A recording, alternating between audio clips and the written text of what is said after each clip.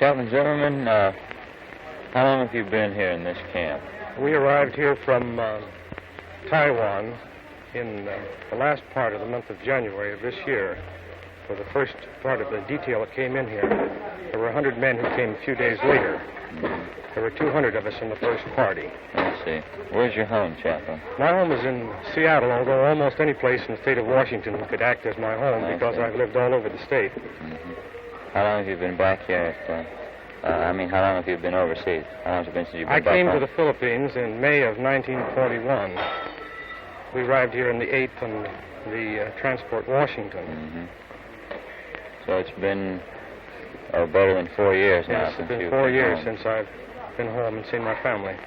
What little I've seen of this camp, I noticed that they treated you pretty well here. Isn't that correct? Well, compared with our treatment in the Philippines, we've been pretty well treated here. Mm-hmm. Although perhaps you wouldn't think so, yet to us it's been almost, as one of the Japanese said one time, consider yourselves in paradise. Is that so?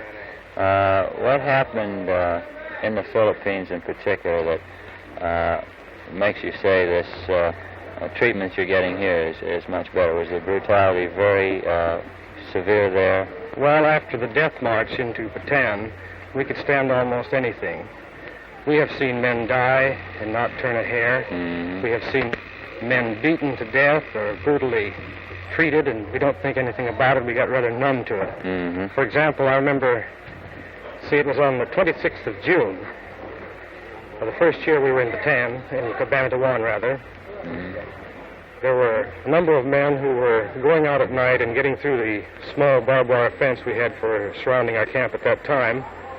And one night they captured 6 of these men and executed them the next day. I was acting as hospital chaplain at that time, and 2 of the men were brought over to the hospital area to be executed. But it so happened that day we had, for the first time since we'd been in the camp, an issue of flour, sugar, and grease. And so our cooks got busy and corned up some donuts for the men. Donuts were issued to the men just at the time these men were brought out to be executed. I went out with my donut in my hand to watch the execution, and suddenly looked around and noticed that there were about 500 men watching this execution, eating donuts while some of their comrades were being shot, thinking nothing of it. Okay, cut.